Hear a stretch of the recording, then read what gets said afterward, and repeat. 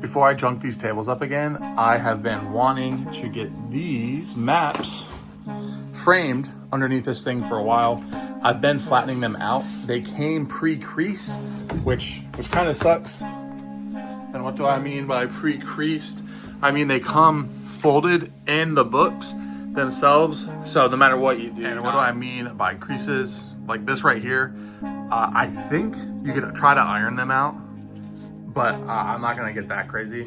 And actually, I don't know if I'm gonna frame. I don't know if I'll frame those yet. Really want to frame are these, yeah, as these maps of Virginia,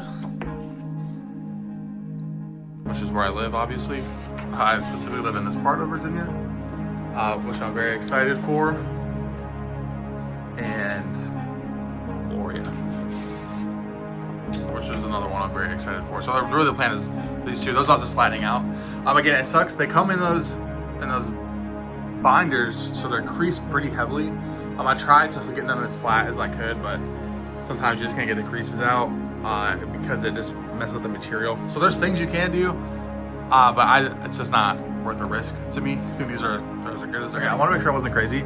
This is the one we're gonna frame because this is the one that has the key. It's the DM, I guess what you call it, DM map, and then the backside is just blank. And then this is the player map that's meant to be written on and filled in as the adventure goes. And on this side, see, there's no key, so you can name things yourself as you're going. So this one I'm gonna keep out of the frame.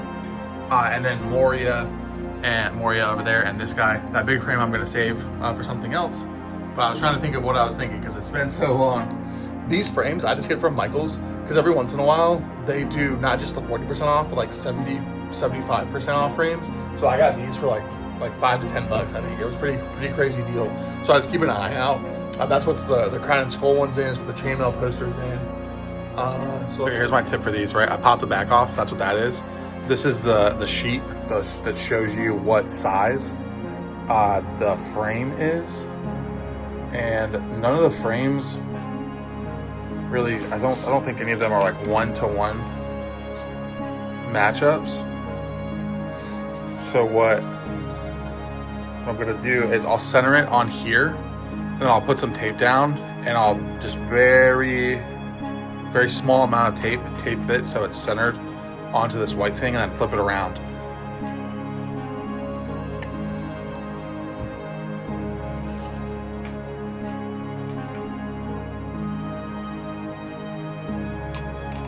So I'm just gonna get a little tiny square, like just barely anything. And I'll hit that corner.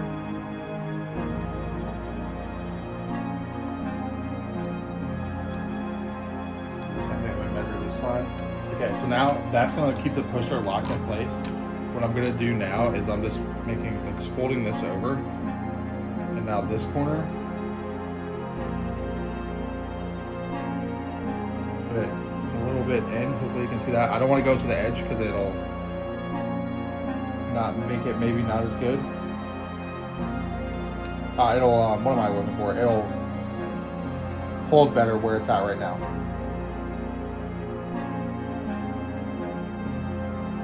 Alright, now just double checking the measurements.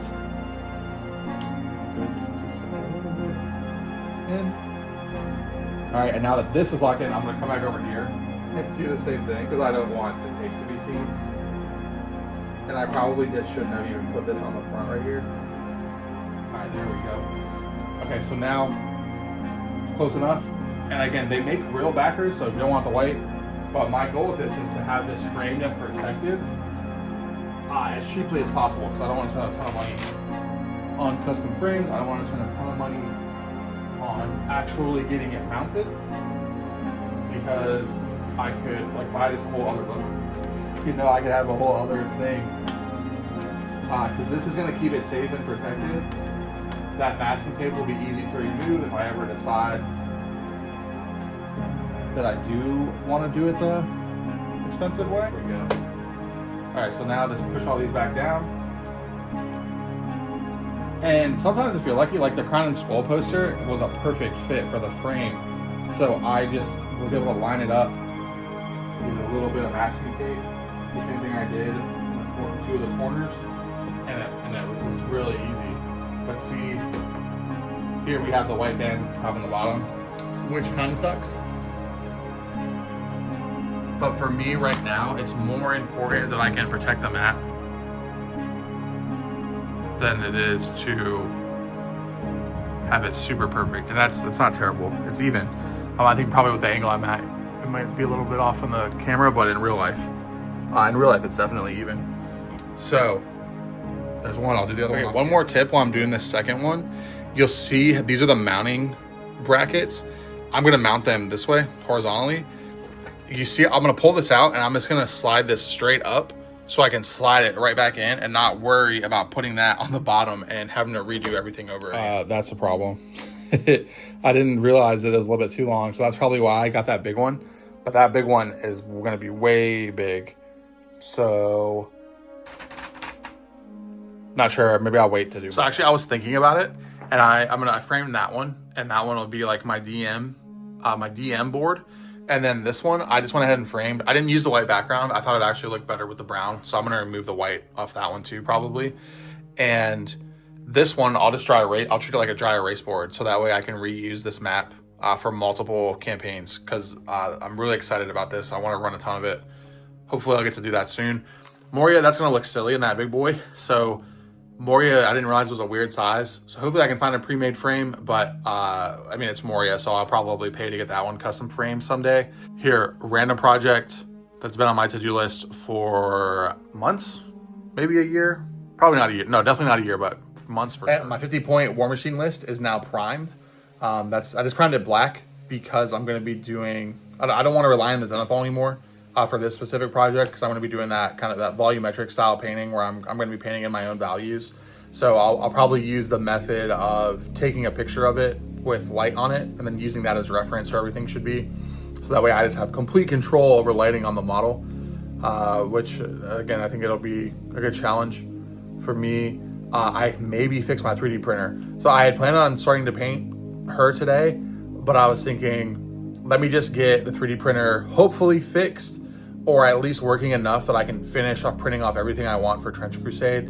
And then I don't have to think about the 3D printer anymore. Like either it's fixed and it's working and then I can sit, it can be fixed and it's just sitting for me, or it's broken and I'm done for good. I think there's a problem with the LCD. What I did a complete scrub down of the whole printer. I took it completely apart.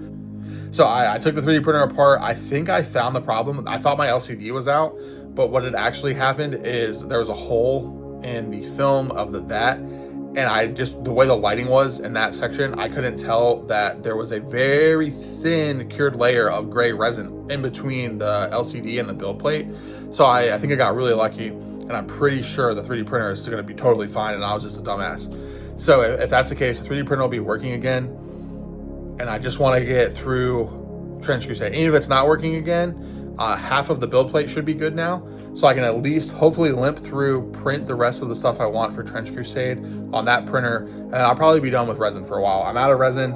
I used my last set of gloves to clean it. I'm gonna have to reuse some gloves to process those prints. I'm about to be out of alcohol. If I was gonna stop resin printing, I'm in a very good spot to stop it. That being said, I do now have a filament printer courtesy of the Ice King that I'm borrowing for a little bit from him. So I'll probably enter that world, which I'm more interested in, because at this point I have all the figures I could need, but I want terrain, I want organization things.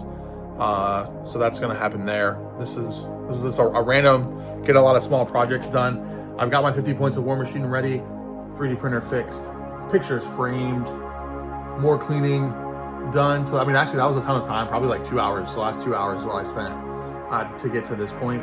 And now I gotta get back upstairs before the wife gets too pissed. But tomorrow is sit and paint for a lot of hours day, hopefully. I'm excited, and I'm gonna chronicle everything. So I think really what this vlog will become is my daily journey of becoming a golden light bulb just died. Well, starting tomorrow, I guess not only today because I primed it, this is now gonna be my journey of hopefully becoming a Golden Demon winning painter. And I don't know how many years it's gonna take me to get there, but that's really what my main goal is gonna be. Is I'm starting, like, do I have something? Like here, I painted this guy. This guy was like a speed paint, but I'm gonna kind of go through the models that I have that I've painted currently and as like a benchmark of like, this is my current tabletop level. This was my current like try hard level, which I don't even know how long it's been since I've painted something try hard-ish. But just chronicle where I am today, and then really see like how I can get to that next, like to have a chance at least to place at a golden demon. And really that's where the bulk of my life efforts, raising children, making enough money to keep raising them, and then the rest of it's all going to go towards being a golden demon winning painter. All right, so I was looking at this, and at first I just had one file on it, and I was like, if it's gonna fail, it's gonna fail. So let's fill it up. And this isn't even actually that full.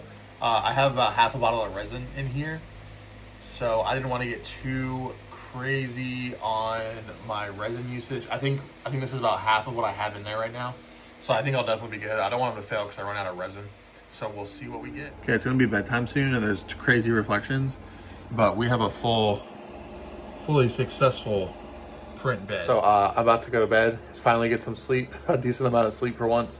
So I'm not gonna save until it finishes, but everything is supported, everything's printing. So unless something like terrible happens, it looks like we're gonna be perfectly fine for this full thing to print. So I think we're operational again. I'm not gonna start like printing like crazy or doing a bunch of orders or anything yet. I just wanna make sure it's definitely good. And now I'm gonna be mostly out of resin, but it's definitely better than not having a working 3D printer.